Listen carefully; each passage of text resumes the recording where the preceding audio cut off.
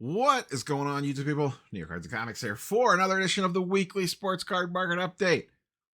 Boy, these Sundays, they just keep coming faster and faster as we now head into the month of June.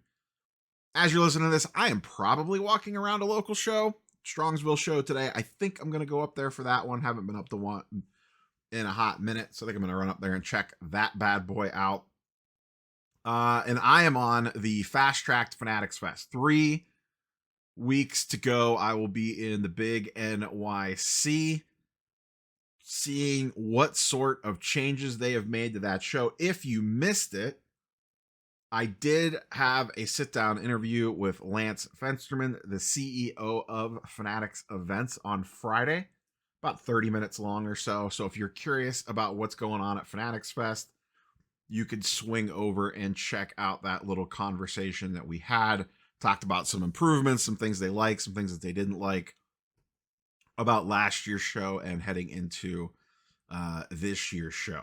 So, before we dive too deep, shout out to today's video sponsor and the sponsor of the weekly sports card market update channel partner, ComC.com.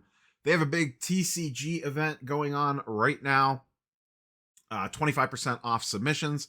And also, they're going to have a big TCG auction event on eBay coming up shortly. And at the aforementioned Fanatics Fest, they will be set up for drop-off submissions. And boy, oh boy, are drop-off submissions easy. I'd never done one before. I did one at Ships this past week, and I recorded the whole thing. It'll be in a video later this week. Man, I did not realize how easy drop-off submissions were. Holy smokes. Simplest thing ever. Simplest thing ever. So if you're in the area that they are going to be at, do not hesitate to do some drop-off submissions with our old friends over at ComC. Or if you don't have anything to drop off, just go on there and go shopping. There's a ton of great cards. I've bought so many PC cards off of ComC over the years. It's absolutely crazy. Let's kick things off with this one. I came very close to doing a standalone video on this one this week, but it just got derailed by all the different PSA news that kept coming out. This is, so Upper Deck, for those that haven't heard about this yet, are essentially coming up with a way to crack down on patch swapping. Basically, what they're going to do is, this is for the Cup, which is their super high-end product. They are going to put it inside of a slab, and then there's a QR code on it. You could scan the QR code and it shows you an image of what the patch should look like. Basically shows you an image of the actual card. Yeah. Okay, first things first. The idea of this is good. We need something in place, at least for ultra high-end products, to help out with this. 100% agree. And you got to start somewhere, I guess. My question is, it's 2025. We can't figure out a better way to do this than put it in basically a grading case with a QR code on it. What if you actually wanted to grade the card? You would now have to take it out of this case. What if you like your collection? A lot of people like their thicker cards just in mags. What if you want to put it in a mag? You can't, because the QR code would be gone because it's on the slab. A couple things. I don't understand why, if you're going to do something like this, why would you not embed something into the card itself? Put the QR code on, print the QR code on the card. Maybe, I'm sure there's probably some manufacturing reason for that someone would be like, that's impossible. Fine, whatever. But there has to be some way to associate something to the card that then allows you to look it up that is part of the card. And what I would honestly like to see, at minimum on high-end product, why don't the manufacturers put out a visual checklist? So, say I hit this card, instead of the QR code taking me to that exact card, Why could it not, they could just put a generic one on the back that says, here is all the RPAs for this set. And it just literally pulls up a visual database and you just search for the card number you have. And then you look at the serial number that you have and it would show you exactly what that card looks like. And the pro of that would be if you had this database hosted on a website, anyone could go look at it. So if you were potentially looking to buy one of these cards, because it's probably not always going to stay in this case, you would be able to look it up and go find what that patch looks like. It would be a huge benefit to the customer. It would be a huge win. The grading companies would then have the ability to access this, and they would be able to double check patches to verify that they weren't swapped out as well. The other thing too, this would be like a side benefit that I was thinking of. Topps Dynasty is about to come out soon. Topps Dynasty would be a perfect product for something like this. Imagine Topps releases a visual checklist of Topps Dynasty.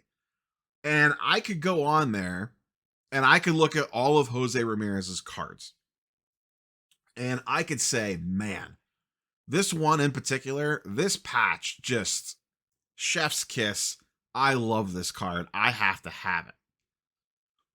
I could, before the product releases or as the product releases, I could potentially go put out a bounty on that card. Hey, if someone pulls this specific JRAM with this specific patch, I'm a buyer at this price. Right now we have the bounties on the crazy 101 cards and the super high end and all this and that. But imagine just being able to put like a $500 bounty out on a JRAM Dynasty with a cool patch. His cards usually sell for a couple $100 on Dynasty, $200 to $300 depending on the patch, maybe a little bit more. But maybe there was a really, really good one that you really want. That's an interesting side benefit to it. But I just don't understand how we don't have the tech now that they could embed something in the card, whether it be printed on there, technology, whatever. And then it just pulls to a visual database. I really think on these high-end sets, anyone should be able to go to the manufacturer's website, click on the product, and it just shows you what all the RPAs look like. I don't think that's too much to ask as much as they're charging for these boxes. And it would be great for the grading companies, great for the collectors, bad for the people trying to do bad things, and that is a good thing. So that's where we're at. Hopefully this thing evolves, but it is, once again, shout out to Upper Deck, a good first step on this. And maybe we see one of the other manufacturers, specifically Topps, because they're making a majority of the product, kind of pick the ball up on this and run a bit. It would be nice to see that, but we'll have to see how that one plays out. In other news this weekend, Burbank, the new Burbank shop, grand opened this weekend. It looks absolutely crazy. I've watched a few tours of the building where they're showing off a bunch of the various different features and a real focus on singles. That's what Rob at Burbank does. He is very anti-breaking, and he has kind of built his business on the backs of the singles game, flipping $1 to $15 cards. That's where he makes a large portion of his money, whether it be in shop or online across their various platforms. Rob does it better probably than anybody when it comes to running a large scale shop with the inventory that he has. So I would at some point in time love to go out there and check this place out. It's rare that I am on the West Coast, but if I'm ever out that way, I will definitely make an effort to go check it out. And it does have the PSA drop-off location built into the office. Now, they're not grading cards there, but you could do a direct submission to PSA and pick it up there. And then, the appeal on both ends there, say you walk a bulk sub in and drop it off at the PSA location, pick it up in a month or a couple months or whatever, and then you can literally just walk it over to the buying table at Burbank and, just sell them the cards that you don't want. So it's great for Burbank too, because they have basically an internal injection of inventory from people grading with PSA. And it's great for the customer because they can immediately flip the cards without even having to do anything. So wins all around. Looks like it was absolutely packed in there this weekend.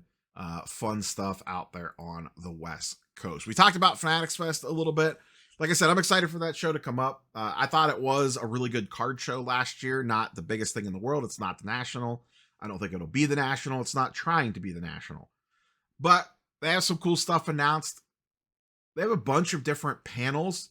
I did not do any panels last year, though I think I am going to try to do a couple this year. There are two that stand out to me. One, this one that was just announced. LeBron is doing his podcast there and the guests are Brady and Victor, along with others. That I'm intrigued to check out. Just to hear LeBron chat for an hour as a Cavs fan. That would be really cool. And then the other one that they're doing that really piqued my interest is they're having Kevin Costner on a panel just kind of talking about his sports movie career. And, who does not like Kevin Costner movies, whether they're sports oriented or not? So I am probably going to try to go check that one out as well. I will be at the show all 3 days. Just finalized the itinerary in regards to travel, so I should be there all day Friday, Saturday, and probably most of the day, if not the full day on Sunday. There might be some in and out and stuff, but looking forward to that one. They also announced the final exclusive, a Cactus Jack set, which they did last year, which was extremely popular. $500 for a box, which includes 2 packs and 4 cards per pack. So for $500, you get 8 total cards. These resold insanely well last year. Absolutely insane, the resale on these. Now, last year they did a lottery system for them. It does not sound like they are doing that this year, which is a little disappointing. I hate waiting in lines, and that's one of the worst parts about going to these conventions is waiting in line all day for exclusives is rough stuff. The other two that they've announced so far is F1 and Topps Series 1, with that one of the big Apple foil border refractors or however they're doing it. And then when I talked to Lance on Friday, there will be some retailer exclusives as well, probably like that Lids promotion that they had last year where you got the limited box of the 3 hats and then you got a pack of cards. I'm sure there's going to be some other stuff like that as well. So look forward to checking that stuff out. Not sure what I'll get my hands on exclusive wise. Briefly touched on this one in the, big corporation butting their way into the hobby video that I did last week, but Wal-Mart is partnering with We the Hobby for breaking. Now, this just feels more like you can kind of read into this as one way of, oh God, here comes Walmart into the space now. I honestly think this is more Walmart just striking some deal with a breaker to stream on their platform. It's not like Walmart, I don't believe, is supplying the inventory or anything like that. I just think it's, hey, we would like to drive Walmart.com live or Walmart Live as a point of sale and a live selling platform. So they're partnering with We the Hobby. I am assuming We the Hobby provided the inventory and the pricing for it just via Walmart's platform. We'll see how this thing goes. Breaking on Walmart is not what I had on my bingo card for this year, but it was teased that Walmart wanted to get more into the collectible space last year when they did a few other things around that area. And like I said in that video, Dick's to me is making a very strong push with what they did with the Skeens 101 and then building out these hobby stores. It seems like Lids could potentially be in play to get a little more deeper into the hobby. And then I don't have it pulled up here, but GameStop basically announced that they are going to continue to slide more and more away from games and more into the collectible space. We see them doing a lot of stuff around Pokemon lately. I have to imagine sports cards are going to be a bigger part of that. And they've done their partnerships with PSA as well. So we'll have to see how, as we move throughout 2025, it does seem like the more corporate style entities are really beginning to take things over.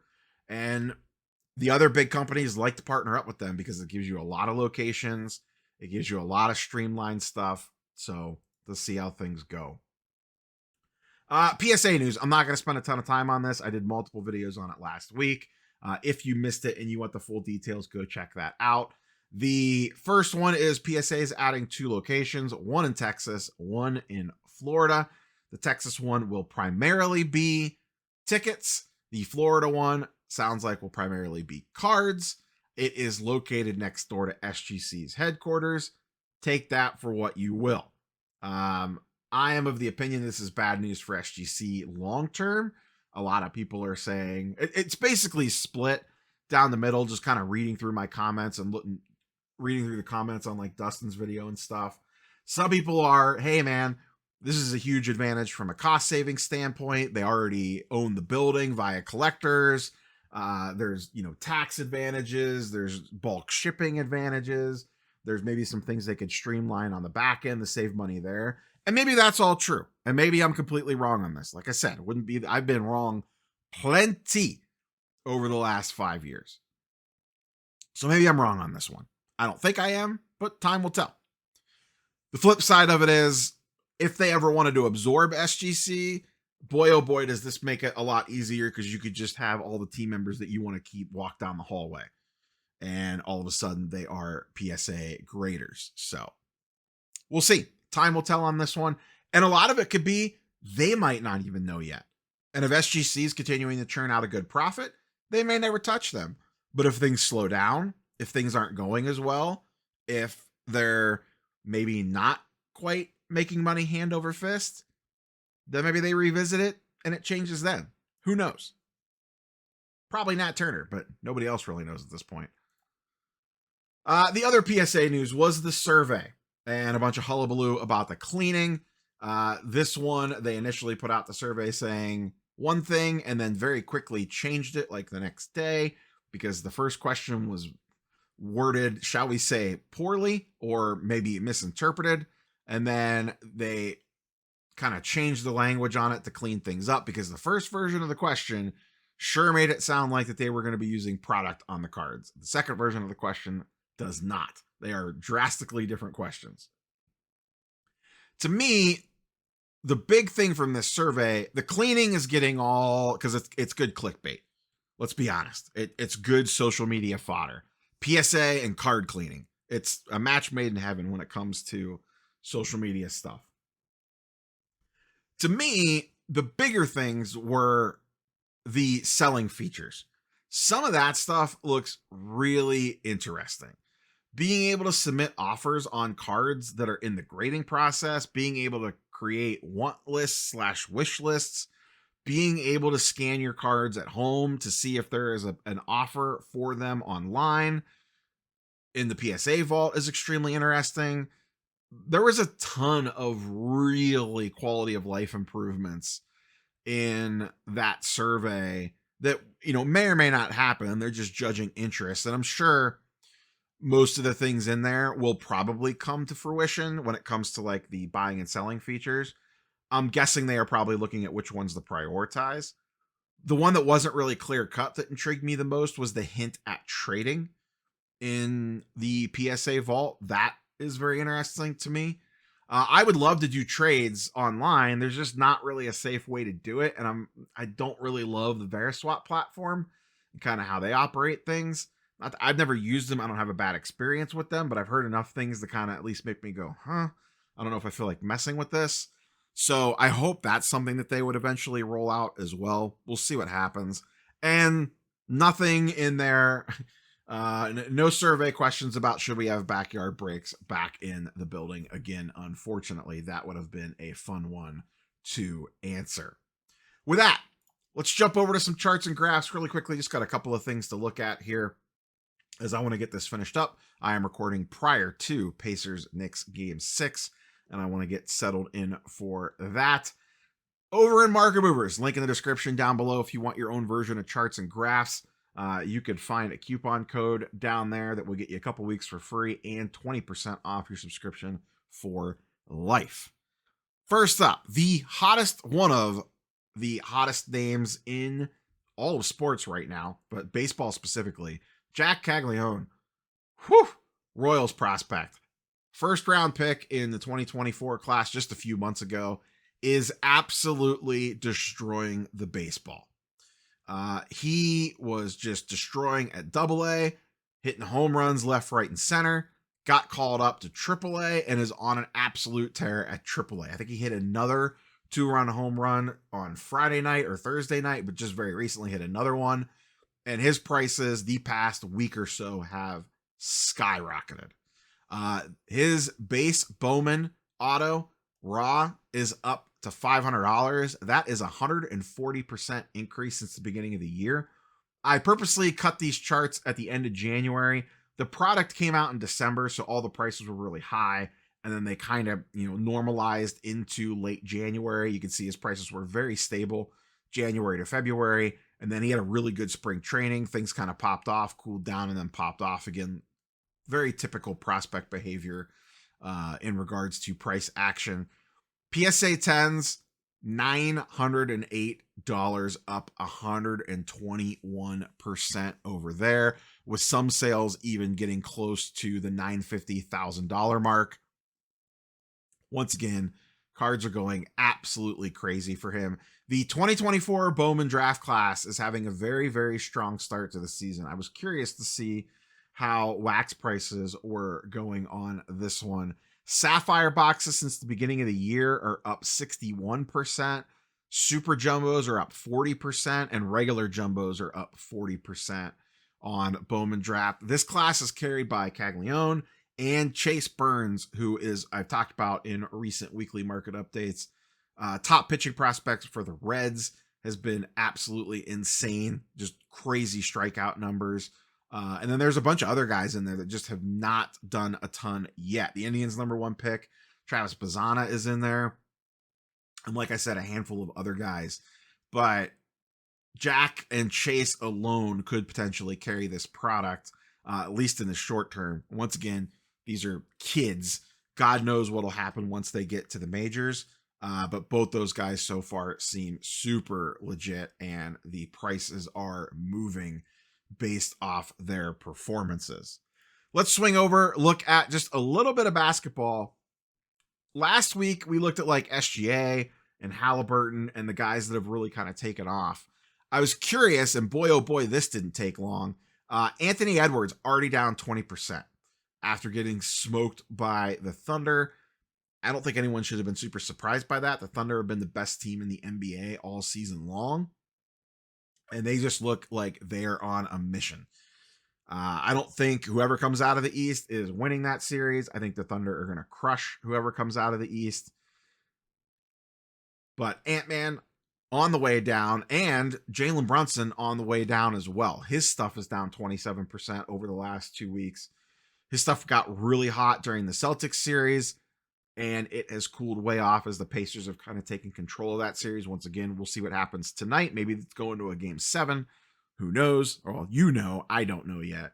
But very quick price movements already on these guys that, 1, has been eliminated, and 2, on the verge of elimination. And it'll be interesting to see kind of what happens with Halliburton prices as well, assuming that they make it, and also assuming that they end up losing to the Thunder in a series.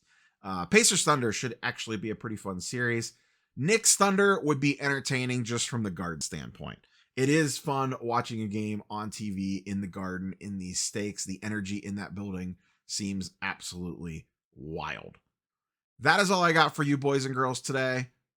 As always, curious for your thoughts and comments down below. We will catch you on the next one. Peace.